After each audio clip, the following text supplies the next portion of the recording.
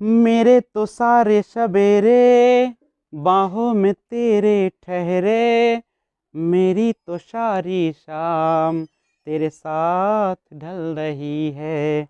मेरे तो सारे सवेरे बाहों में तेरे ठहरे, मेरी तो सारी शाम तेरे साथ ढल रही है।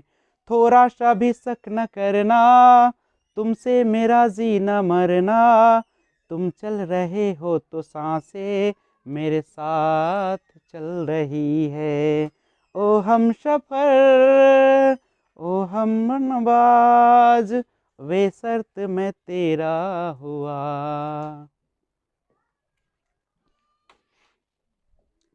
Hello friends, this is Vijay Rajput and welcome to learner eyes by VRP. तो इतिहास की दुनिया में एक बार फिर से डिस्कशन की ओर बढ़ते। तो आइए देखते हैं, आज हम जानने का प्रयास करेंगे कि आखिर हड़प्पा सभ्यता इतनी बेहतरीन सभ्यता थी तो कैसे थी।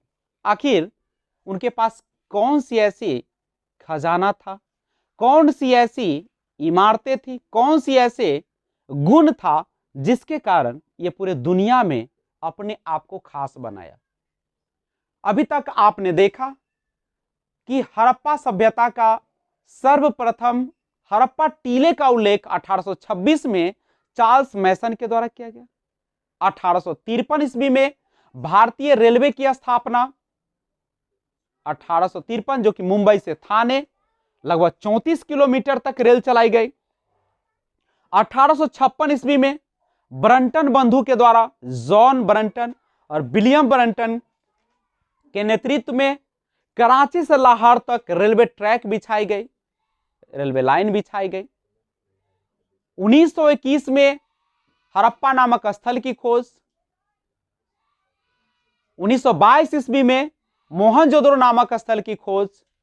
और उसके बाद तो न जाने एक बौछार सी आ गई स्थल खोज की, और स्वतंत्रता प्राप्ति होते होते लगभग 1400 के आसपास स्थल खोजे जा चुके थे, जिसमें सबसे ज्यादा भारत में 925 स्थल, भारत में भी सबसे ज्यादा गुजरात में खोजी गई। सिंधु घाटी सभ्यता को हड़प्पा सभ्यता, सरस्वती नदी घाटी सभ्यता के नाम से भी जाना जाता है। आपने अभी तक जानकारियां प्राप्त की। तो आइए अब हम जानते हैं कि हड़प्पा सभ्यता किन दो प्रमुख विशेषताओं के लिए पूरी दुनिया में छाई रही। तो हड़प्पा सभ्यता की दो प्रमुख विशेषताएं थी। पहला था शहर या नगर नियोजन। शहर यानी शहरी सभ्यता थी, नगरों का नियोजन काफी अच्छे तरीके से किए गए थे, एक सुव्यवस्थित, एक सुनियोजित ढंग से किया गया था।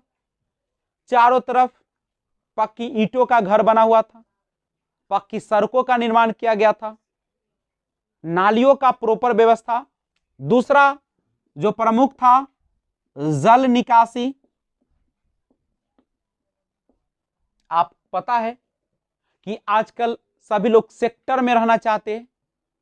सेक्टर का मतलब होता है एक ऐसी जगह जहां पे प्रॉपर सड़क हो, समकोण पर काटती हुई, शौचालय का व्यवस्था हो, जल की व्यवस्था हो, और घर काफी सुव्यवस्थित ढंग से बना हो।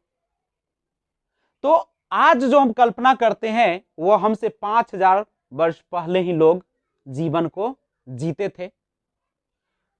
जल निकासी की व्यवस्था तो काफी बेहतरीन थी उनकी। आपको पता है कि मुख्य सड़क के किनार में बड़ी नालियों का व्यवस्था किया गया था जल को निकलने के लिए। उसमें मैन होल बनाया गया था, ऊपर से ढकने के लिए ढक्कन का प्रयोग किया गया था, और कहीं कहीं तो लकड़ी का भी नाली मिले। और बड़ी नालियों को छोटी नालियों से मिलाया गया था, जो कि गलियों में जाकर मिलता था। जो आपके घर से निकलने वाली जल को वह प्रॉपर ढंग से छोटी नालियां लेकर बड़ी नालियों में मिला देती थी। तो ये काफी व्यवस्था थी। लेकिन यानी हड़प्पा सभ्यता दो प्रमुख चीजों के लिए काफी प्रचलित थी। वह थी शहर या नगर नियोजन या दूसरा जल निकास। अब आइए जानते हैं कि इनका आखिर शहर या नगर नियोजन जो किया गया था किस प्रकार से किया गया था। तो ध्यान दीजिएगा, आगे बढ़ते हैं और आपको बताते हैं कैसे था। देखिए, इनका जो नगर था प्रमुख 2 भागों में बटा हुआ था। बेहतरीन चीज है, एक एक लाइन सुनिए, काफी आपके जीवन के लाभदायक होगी। देखिए, उनका जो पूरा शहर था हड़प्पा का, वो 2 भागों में बटा हुआ था। एक था ऊपरी भाग और दूसरा था उससे थोड़ा सा निचली भाग। निचली भाग थोड़ा सा बड़ा था, ऊपरी भाग थोड़ा सा छोटा था। ये जो निचली भाग था उसको कहा गया पूर्वी टीला, और ऊंचाई पर जो स्थित था उसे कहा गया पश्चिमी टीला। इसे दुर्ग, गढ़ी या गढ़ भी कहा जाता था। अब समझिएगा, जो ऊंचाई पर स्थित थे ज्यादा सुरक्षित भी थे इनकी तुलना में, और इनकी सबसे प्रमुख विशेषता थी कि इसका दुर्गीकरण किया गया था, 4 दीवारी की गई थी, और वो भी 4 दीवारी इतना बेहतरीन तरीका से कि बाहर वाले दीवार पर पक्की ईंटों का प्रयोग किया गया था और अंदर वाले भाग में कच्ची ईंटों का प्रयोग किया गया था। और ईंट को इस प्रकार से जोड़ा गया था वाटर प्रूफ के जैसा, पानी का एक लैस बूंद भी अंदर नहीं जा सकता था। जिप्सम से जोड़ा गया था जो कि पानी को अंदर जाने, वाटर प्रूफ घर बने हुए थे, जो कि आज भी हम लोग का सपना होता है। ये जो था ऊंचाई पर स्थित, माना जाता है कि इसमें पुरोहित वर्ग रहते थे, यानी जो समय के राजा या जो मुख्य व्यक्ति हुआ करते थे या संपन्न परिवार के लोग होते थे, वो इसमें रहा करते थे। सामान्य जनता, व्यापारी जो भी थे वो पूर्वी टीला में रहते थे। अधिकांश जनसंख्या यहां पे बसती थी।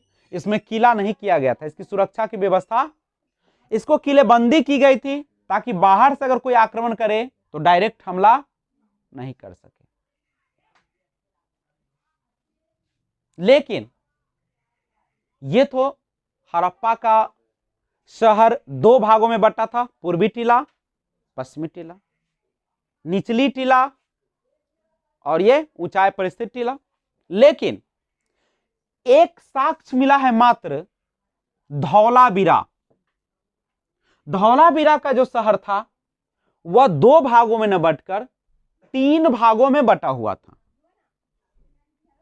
एक बीच में भी था जिसको मध्यमा कहा जाता था। ये कहां पे? धौला। तो आपसे क्वेश्चन पूछा जा सकता है कि बताइए हड़प्पा का कौन सा ऐसा एक शहर था या कौन सा ऐसा नगर था हड़प्पा सभ्यता में जो कि 2 टीलों में न बटकर 3 टीलों में बटा हुआ था, या 2 भागों में न बटकर 3 भागों में बटा हुआ था? तो धौलावीरा, एक था पूर्वी टीला, पश्चिमी टीला और तीसरा मध्यमा। तो ये था आपका शहर या नगर नियोजन। अब हम लोग अगले वीडियो में जानने का प्रयास करेंगे कि उनके जो घर बनाए गए थे किस प्रकार से बनाए गए थे। एक विशेष प्रकार की पद्धति अपनाई गई थी, ग्रिड पद्धति। वह क्या होती है, वो कैसे बनाई जाती है, उसमें जल निकासी की व्यवस्था किस प्रकार से की गई थी। तो अगर चाहते हो कि आप बेहतरीन जानकारी प्राप्त करें तो इस चैनल को सब्सक्राइब करें, बेल आइकन को ऑल पे प्रेस करें, लाइक शेयर कमेंट ज्यादा से ज्यादा करें। तो मिलते हैं एक और बेहतरीन वीडियो के साथ। Thanks for watching, keep watching जय हिंद, जय भारत।